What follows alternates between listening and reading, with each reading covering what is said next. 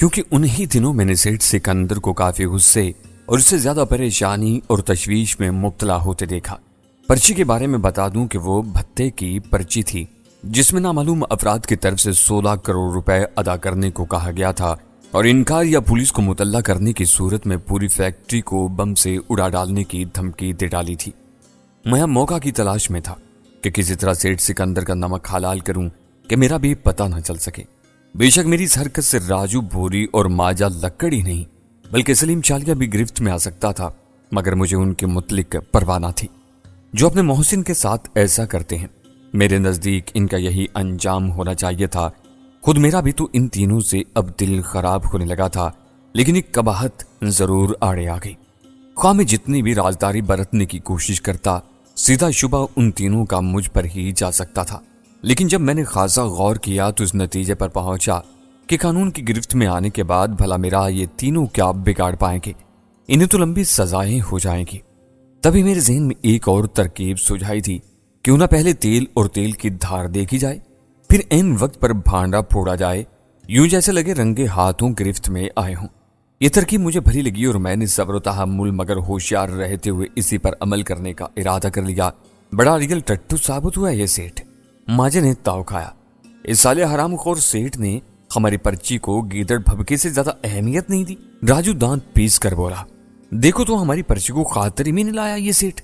میں نے بھی ان جیسا ہی تبصرہ کرنا مناسب خیال کیا۔ بالآخر وہی ہوا تھا جس کا مجھے اندازہ اور ان دونوں کو شبہ تھا۔ ویسے کیا اس نے بالکل ہی انکار کر دیا یا اب سلیم چالیا نے تو فون پر اس سے رابطہ کیا ہی ہوگا؟ میں نے بھید لینا چاہا۔ رابطہ کیا تھا سلیم نے، جبھی تو معلوم ہوا۔ ماجا بولا، کیا بولا سیٹھ سکندر نے اس سے؟ میں نے گریدا، یہی کہ پرچی مل گئی سیٹھ، اب کیا کہتا ہے؟ راجو نے جیسے سلیم کی تصوراتی اداکاری کر کے بتایا، پھر اس نے ٹکا ساتھ جواب دے دیا اپنے سلیم چالیا کو۔ اس بار ماجا لکڑ بولا، دونوں بولنے میں باریاں لگا رہے تھے۔ سالہ الٹا اپنے سلیم چالیا کو لگا دھمکیاں دینے، نہ صرف یہ بلکہ اس نے پولیس کو بھی خبر کر دی ہے۔ راجو بولا، تو فون نمبر پولیس کو دیا ہوگا ٹریس کرنے کے لیے؟ میں اندر سے خوش ہو کر بولا مگر چہرے پر تفکر سجا رہنے دیا۔ ابے کرتا پھرے فون نمبر کو ٹریس، ماجا چھٹکے دار لہجے میں بولا۔ اپنا سلیم چالیا بھی کچی گولیاں تھوڑا ہی کھیلا ہوگا، معاملہ اب اوپر ہو جائے گا۔ کہتے ہوئے ماجے کے چہرے پر تفکر بھرے تاثرات گہرے ہو گئے۔ کیا معاملہ ہوگا؟ میں نے پوچھا۔ یہی دھماکہ، راجو نے باری لگائی۔ دھماکہ؟ کیسا دھماکہ؟ میں دانستہ انجان بن گیا۔ تو بھی عقل سے پیدل ہی گئے، ماجے نے مجھے کوسا۔ میں یکدم بیچارہ سا بن گیا تھا۔ ابے فیکٹری کو بلاسٹ کرنا پڑے گا ہمیں، یہ تو یہی صحیح، ذرا اس سالے سیٹ کو بھی معلوم ہو، بس اپنے سلیم چالیا کے حکم کی دیری ہے۔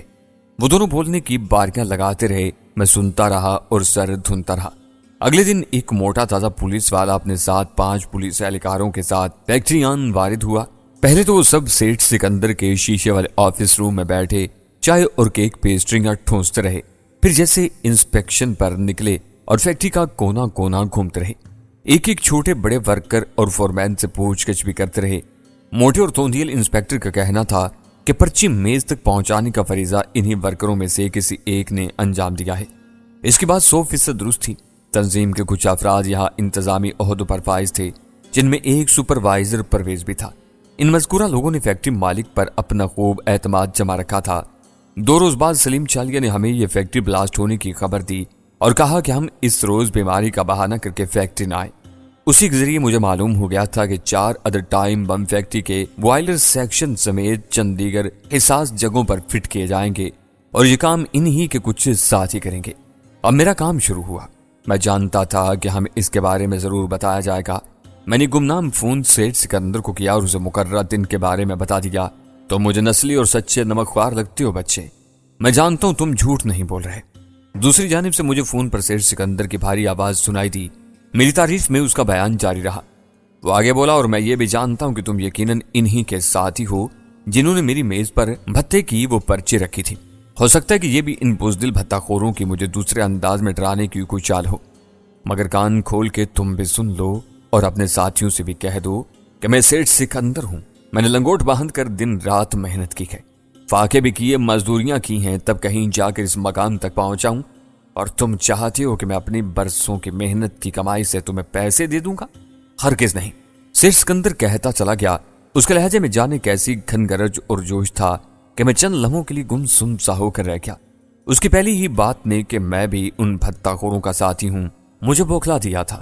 دل میں خدشہ ابھرا کہیں یہ مجھے پہچان ہی نہ گیا ہو اور پھر میں دونوں طرف سے مارا جاؤں گا۔ سیٹھ سکندر مجھے چھوڑے گا نہیں اور میرے ساتھی بھی۔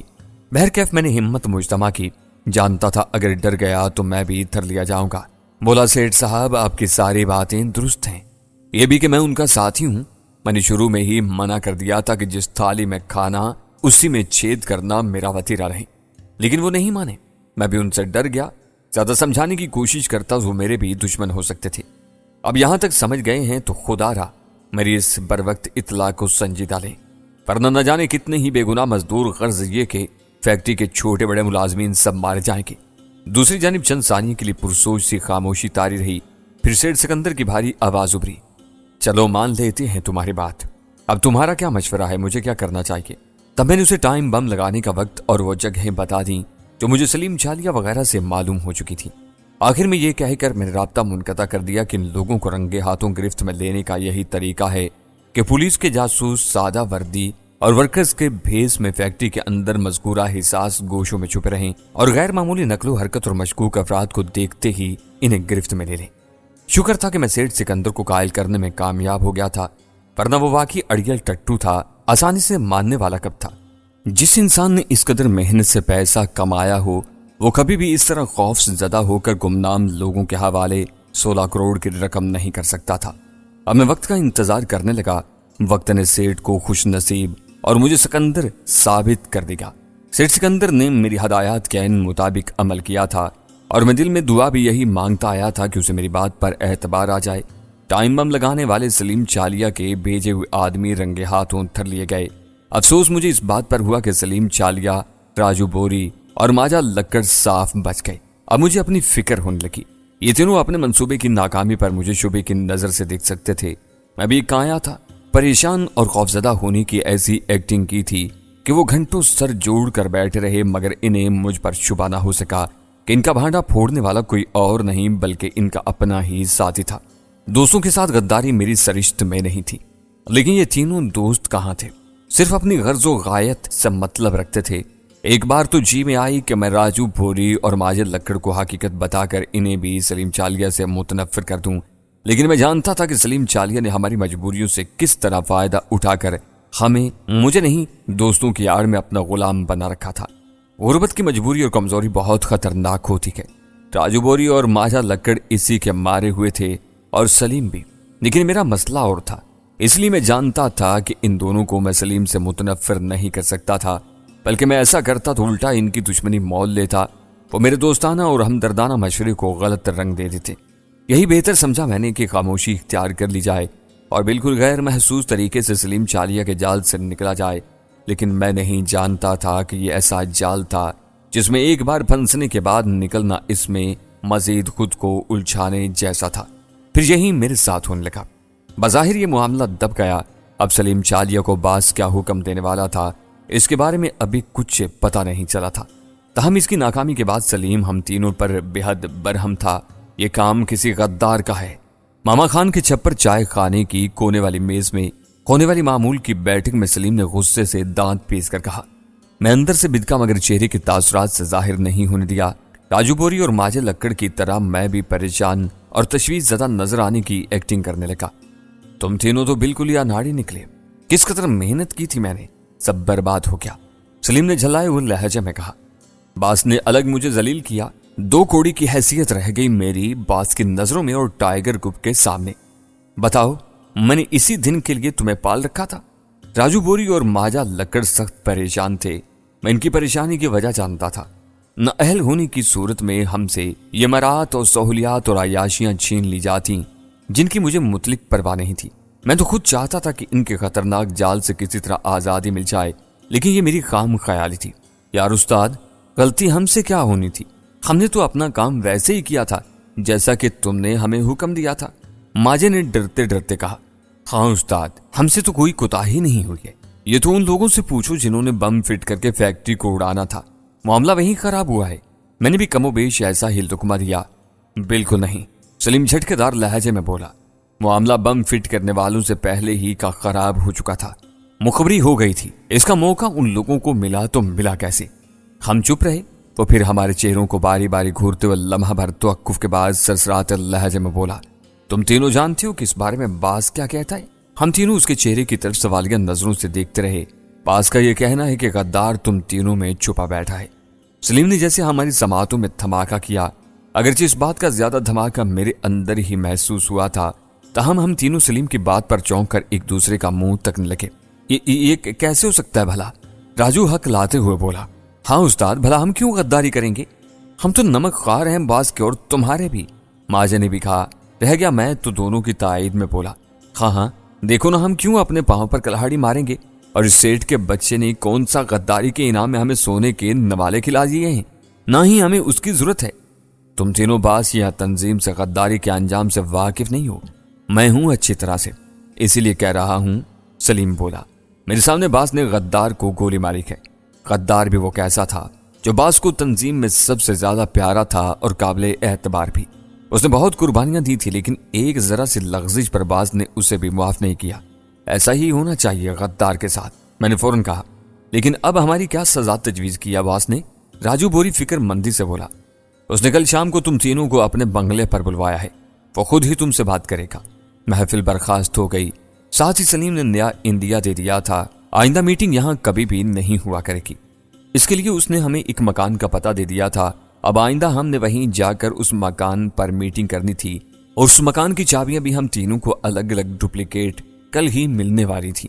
کھرا کر میں ساری رات پریشان رہا، رہ کر یہ خیال آ رہا تھا کہ کہیں باز کو مجھ پر شبہ نہ ہو گیا ہو، اور اگر ایسا ہوا تو وہ بقول سلیم کے مجھ وہیں گولی مار کر ختم کر دے گا۔